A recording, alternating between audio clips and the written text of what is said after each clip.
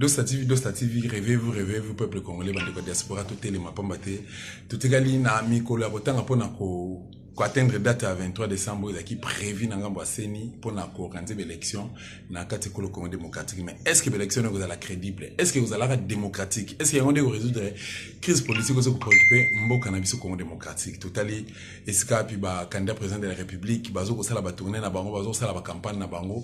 Ceux qui chadèrent à l'équipe, mais ça c'est zobétate. Ceux qui Félix, na caméra ba l'équipe, mais ça c'est zobétate. Mais qu'est-ce qui fait que ceux qui faillent à l'équipe, na ba oyaye, ba toazo kokufa, population kokufa, ba zobo gaz lacrymogène ko beta mais ça bout portant, population continue ko kende. Est-ce que tant ya souke koki, Nicolas Souko Jésus prometa que koki ou beza ba ko, te ba kanai oyo kabila. Azo continuer ko sala pona ko peuple congolais. Na yena cabinet ya maître Louis président Douli, et c'est c'est là qu'il y a un échange encore une fois pour un dossier au Pambate. Il y a une maîtrise, il y a un processus électoral aussi, tout cas, juriste, et en plus de cela, il y a un fonctionnement vraiment, il y a une machine à voter, il y a réfléchir ensemble par rapport à Bamakambo. Est-ce que le 23 décembre 2018, réellement, c'est ni à organiser l'élection? Président de l'utopie. Oui, je suis Nicolas, et puis je suis internaute, je suis confiance et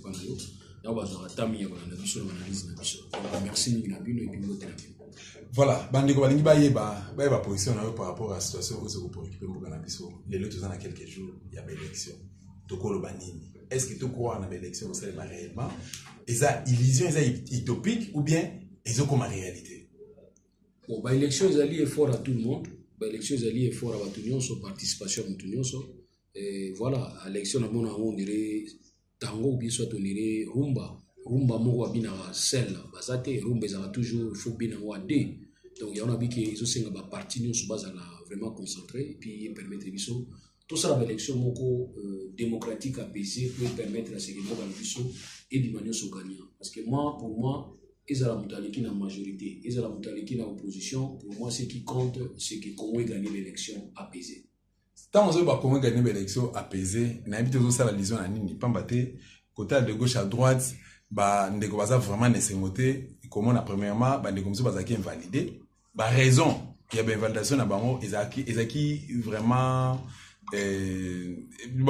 baza ki peut-être invalidé sans raison bah ndeko ba koko pe ko za invalidé ba Félix Tshisekedi tout le monde ba diplôme na bango te ba manki ya baza na ba niveau te ba présenter ba document ni na seni mais tout le monde ba mso baza invalidé ba sengele ba invalidé ba ngona baza na course et puis côté là de gauche à droite faulu tout monde kuna zo sala campagne na ye massa sezo beta ba bijour en wala dans l'hôpital pambate avala ki ba gaz wana lacrymogène et puis il y a eu des morts na tout monde ba bembelela ki na Kalemi na Lubumbashi tout ça bon ce qui Félix Aleki na kimianyo sasa ni meeting na ce qui Chadera Aleki idem mais na ngamba batu mususu to lo ba dépôt des mesures l'élection kozala entre Congolais ndenge vraiment na éviter les gens qui ceux qui Félix Aleki calme ezali ceux qui Chadara Aleki calme ezali na ko tana ba considération na te koyeba pona nini to pona nini te mais longa na yebika moko na biso to sala ba opposant to parere to comme ça to msuba comme ba opposant eza erreur ya de part et d'autre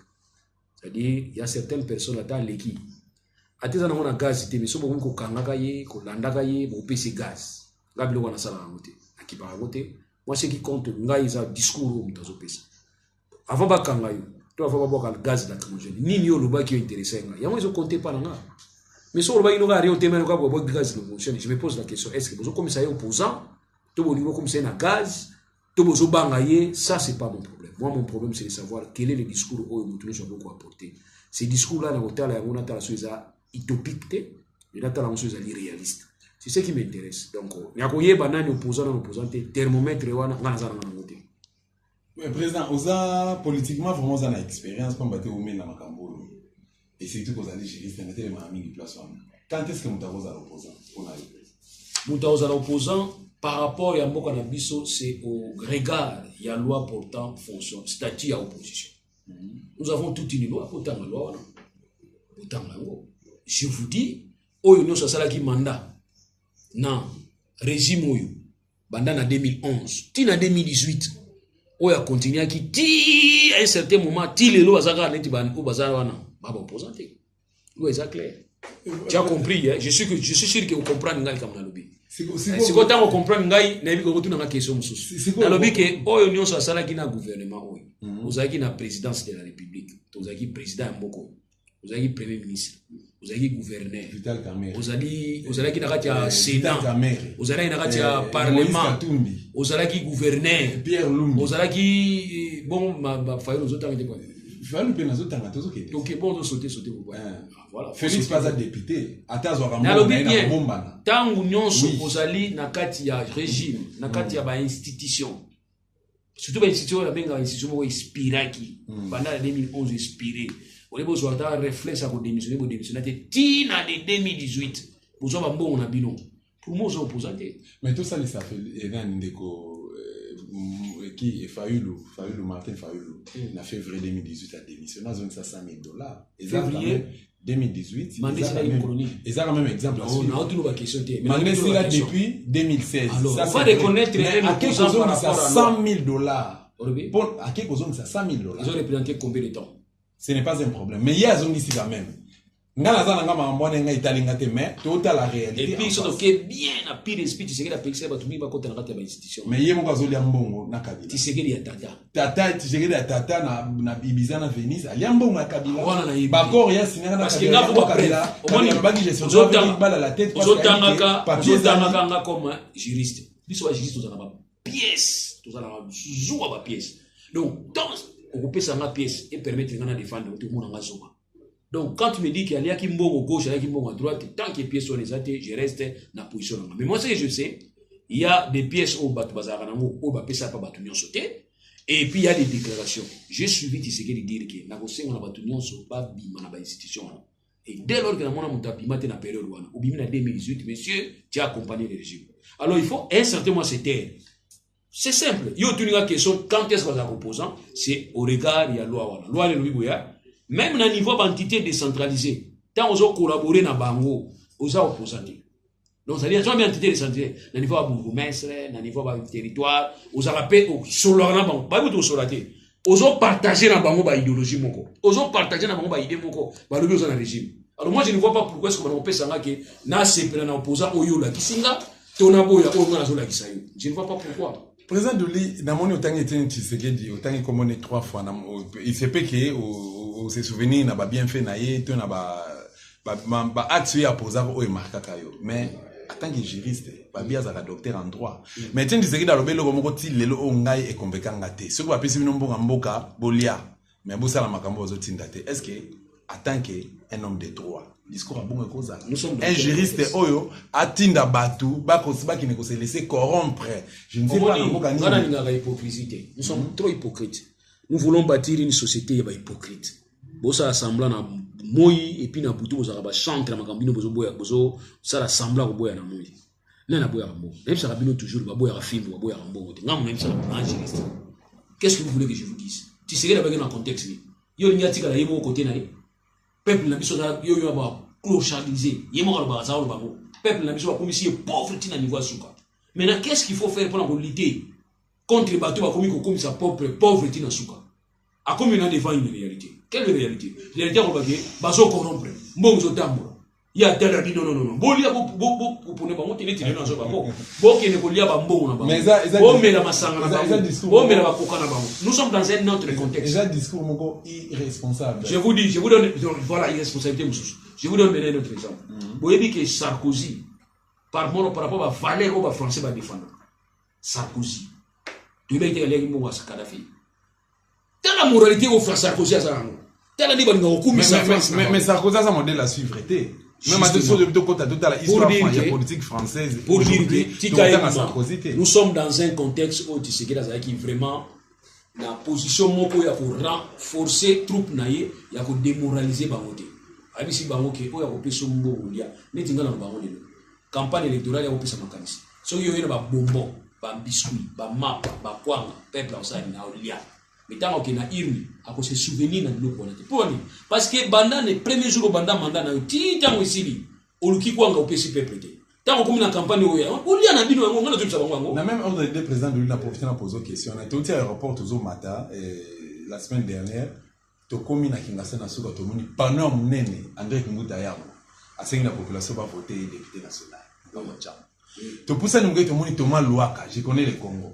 To poussa nous to moni Ndeko Basile, Henri Wambu. Bon finalement na évité est-ce que bato tout temps ba komona bazala conscient na gestion na bango passé basi bazuta on sala bilan na bango basali rétrospection ya gestion ya une partie to portion ya Congo ba pesa ki bango on lelo bazonga lisu basi na sincère na la sincère donc ça na mo jubili au pouvoir vous a dictateur que la Mobutu mais vous empêchez les gens de postuler pourquoi ou ya ça 0 ou azwa ki 1 ou bilan les négatif bilan les positif les nul botika bango peuple ça la choix pourquoi vous allez commencer à empêcher les gens pour mon m'a poster ya pesi non botika yé ça dit peuple m'ta juger moi je crois peut-être beaucoup plus ba gourou ba gourou ene ba ya tula tuli ko na pesa peuple ba ordre moko boyi o biso moko tona na mitu non ki muta do pesa candidature na botika yé on botika so to na congolais moko za sata to mona sata botika yé comme ça peuple yé moko ayundi nga se décider il faut pas empêcher les gens moi je trouve que les gens sont intolérants il y a tellement trop d'intolérance dans ma démocrate musulman monaka il ne faut pas être intolérant botika yé pesa ne candidature botika yé bon ami hôtel ami ni photo za na simananga je père na bino comme président botika na photo pour la photo nous sommes dans un bureau la photo le collé on a vu déjà que nous sommes dans un bureau officiel Joseph Kabila Joseph Kabila est sur un mandat président illégitime mais nous sommes je suis dans un bureau officiel oui bureau officiel porté à rapporter chef de l'État au moins photo que Joseph Kabila ba na Olivier on a tina simana té aux a porté mon officiel na té ya motika na tia jour papa na bino les élections ça ma l'équipe président na musenge pa na yo mona na ya boso ya botikela nga porter tata na bino on a tia na simana même c'est pour le qui bénédiction na vie na yo ko ko tia photo ko porter malheur té na qui vous dit yo porter malheur qui vous dit ça ils ont une parenthèse président de l'État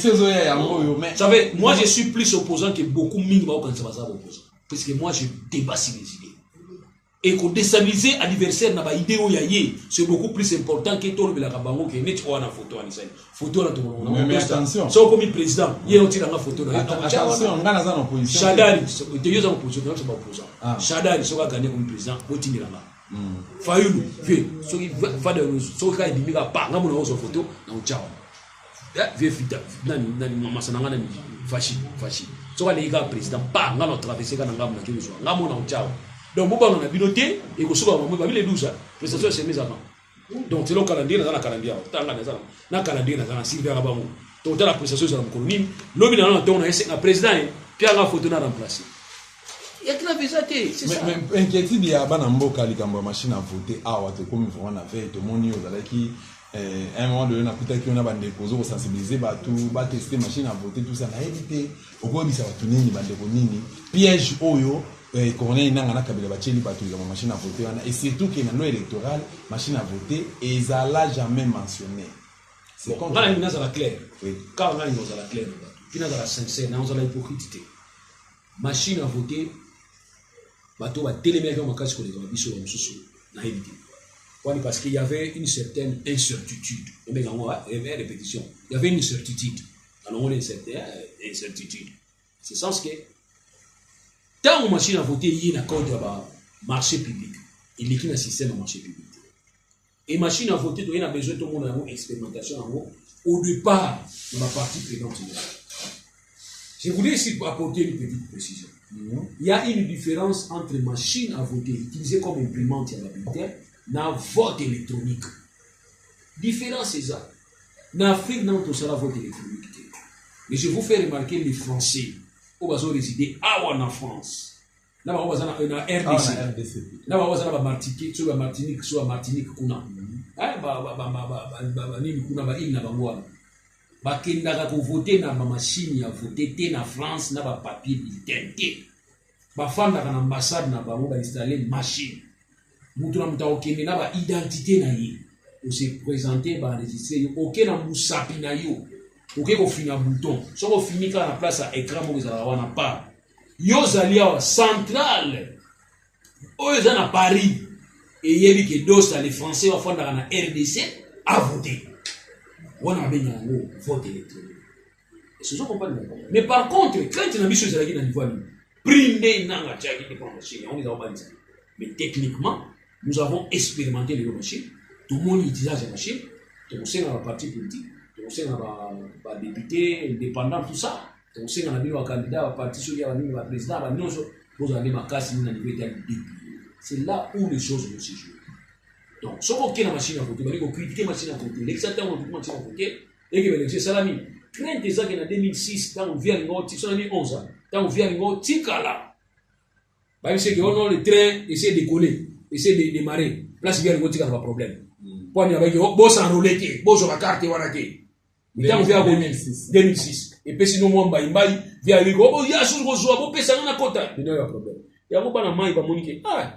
Erreur moi tout ça la deux fois il y a un bigito qui donne ma souvent machine total il y a un besoin de baito interne machine à côté usage machine à côté ça il y a un tout yaki totale expérimentation nous avons vu comment ça fonctionne mais pas la main il faut comprendre qu'il y a Congo dans le problème ba Gambela ba zonda munene ba pesa la facture so sombinoso na kwa na zando munene na ba Gambela ba wenza ba liberté ba pesa la facture so sombi pilipili na mupili. Mais dans le grand marché, au début, dans le supermarché, dans l'alimentation, je paye ça à moi bon quoi du marabout, dans moi imprimante moi quoi mouké. Et puis maman moi fond dans la semaine avec moi dactylaire, bah tactile. Facture est bien. Facture est bien. Mais dans ça on paye ses commandes il y a $10. C'est aujourd'hui on a billet à $10. Oui, on a mis ça. Bon, bateau va compter l'alimentation bah y. Pour donner la difficulté à compter l'alimentation. Nous avons l'alimentation billet à 100 francs paye ça. Oui bah. Billet à 200 francs dans l'alimentation, c'est pour banque l'alimentation pour rien. Bamzo quand on mutamu d'alimentation fierté na mona il aura 500 francs d'alimentation donc beau expérimenter beau qu'il y a l'alimentation na beau kotanga bango sur la publicité na bango ba supermarché d'alimentation beau qu'il so koti tuna bango il aura moins cher à 500 francs zali soit 500 na yo pesa ba ko beta na machine et ko bima moi papier mo yo mona valeur à 500 oui président na biboy na niveau on a so sali commande na bilo à 500 ba tilo bilo 5 millions siko ko sani po moni moi so na to sekisa yo bango bike yo tantine ngaza mutasoni 5 millions na bino ngoyo na bilo wa 500 zwa ki ucha makelele et on que machine à voter les 23 c'est un problème OK mais c'est un problème de mécanique explicité et ça problème ndeni so ko moni ko voter o moni ka ko voter neti Shadari mais comme il a failli cha makelele pour dans la voter ki Shadari ndeni komba failli le bimi kasi ndeni to ko so ba ngwana ba parti politique botinda ba témoin biso to otinda mingi ba peuple ba qui na ri or faut tinda mingi ba témoin tant wa depuis mandé tant to yeba ba vérité ngana sepeli qui na za accrédité déjà carte na nga ngoyo comme observateur hein moi carte na nga déjà ngoyo observateur donc na carte na ngona olata ngona kingo so na sisi ko voter na bali ko vérifier côté mabeza ko biso to tchama kelele après so to monika monde ba fa ezali to ça les rapports quand les ba français ba na ba communauté internationale il y a eu des cas de fraude qui n'ont pas influencé les résultats est-ce que vous savez mon petit cas de fraude influencer les résultats. Or, on va dire que la classe, la fraude corrompt tout. Donc, ça dit là où il y a la fraude, tout est corrompu, mais pas mineur, va s'arranger. Ceux qui candidats à l'équipe, pour pas masquer, il y a des cas de fraude, mais qui n'ont pas influencé les résultats. Vraiment, président de l'autocommune Nasuka, c'est une vision minute ici, mais aussi, ça peut être un rapport de tout le monde tout na boye.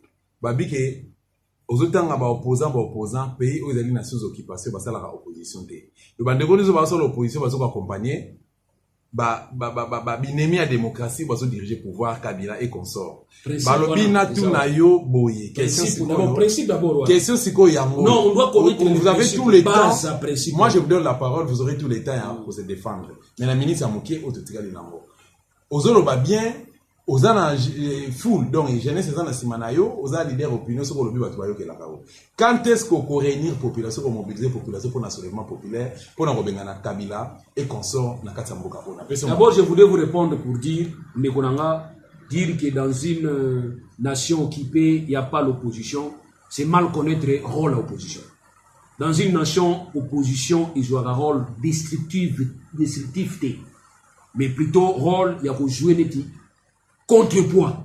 Pour jouer contrepoids, ils ont nous devons avoir une opposition pensante, une opposition qui va commencer à donner les résultats dans ce sens link. Le pouvoir a dit ceci, moi je vous dis, voilà. Ça fait 21 ans, opposition. Il faut comprendre une chose, quand vous voyez la revendication de l'Est pays, dans le pays, et je ne vais même pas citer l'acte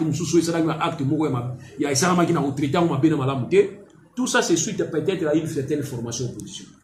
Là il faut comprendre. Parce que nous sommes dans un véhicule, bisous sur le côté, destination inconnue, c'est dangereux. Il faudrait qu'il y ait quand même bateau, à Pimba, sur la bisous, quoi, alerter bisous. Kebo Keba, ah, ils ont bien été, ah, vous avez bien été. Moi, je suis ici, dans un carte, dans un carte à bureau. Réception dans les appuis. Aujourd'hui, la réception, on a évité. Vous comprenez? Mais nous risquons de croire que aujourd'hui, la réception, on a choisi à ma baie, on a appelé dans sa pouille. Sans que peut-être nous allons informer, donc il faut accompagner dans ce sens-là. Opposition, monsieur, d'aller dénoncer. Opposition, monsieur, d'aller décourager. Opposition, monsieur, d'aller affaiblir. Toujours exemple, là, Mouzé Tanwayaki. Mouzé a coûté déjà Mobutu affaibli. Mobutu a affaibli par qui? Non, on a tous les questions. Mobutu a affaibli par qui? Mobutu a affaibli par qui? N'importe qui a affaibli. Moi, sinon, on va aller sur la chambre, qui ici, volume. Voilà, c'est Keba, les mirons des oreilles. Voilà, sur la chambre, on va Mobutu. Mais il y avait quelqu'un qui est venu pour qu'on l'a besoin de il y a prétention. C'est quelqu'un-là. N'est que le vieux Tshisekedi. Non, non, il bien voté.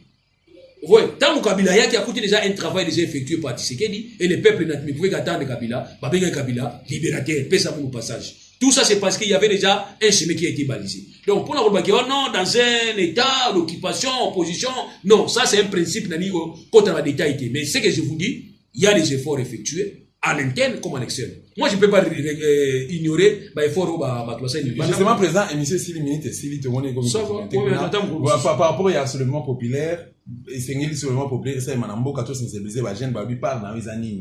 Aux années d'Européens, c'est un peu le bas. Toi, aussi, n'a pas Rouanako, Bazana Poto Bafani. Vous m'appelez cette différence, c'est ça. Baza et pas mon on a pas mon sur toi pour appuyer. Eh ben oui. Moi, je me suis prononcé, nga pena zo senga yango. Peuple congolais, je sauve mboka na biso, ngai na lobi non à procès électoral au ngai. Voilà. En tant que citoyen congolais, je représente une force en tant que journaliste, nazali 4e pouvoir na lobi, non à l'élection au corona na zo koranzena, Joseph Kabila parce que eko sauve mboka te présent lui au lobi. Bon, on a une question, on a une déclaration à la révolution. On a une question bien avant. On a la salle ici. On a une question. On a une déclaration révolutionnaire là. On a une question. Non, vous avez déjà une question. Question ni on a une question. Quand est-ce qu'on peut mobiliser la population, vous avez leader opinion pour nous sauver le Congo démocratique? Qu'est-ce que nous devons faire? Ce qu'on sentir déjà que la communauté intentionnelle nous accompagner. Ce qu'on sentir déjà que tous les esprits sont alertes. Pour la côté à l'année de Rotia pour le processus électoral. Ceux qui vous comprennent déjà que les bateaux va se mettre dans la situation, vous comprenez tout simplement que nous voulons avoir un résultat. Ce qui importe, c'est un résultat. Moi, je ne crois pas que pousser dans la révolution, il y a des alliés solutions. Je vous dis, je sais de quoi je parle. Au se retrouver, yo moko le boussoir de soi qui. N'a pas au bazar pour tindika yo kende. Au moins, on va y avoir retard. Qu'on a eu ce soit déjà situation. Il y a un qui n'a pas contre la révolution. Ce sont des mouvements pareils où ils ont préparé. Mais le problème, mes amis, quand vous voulez commencer à les préparer, et vous surprendre les bino.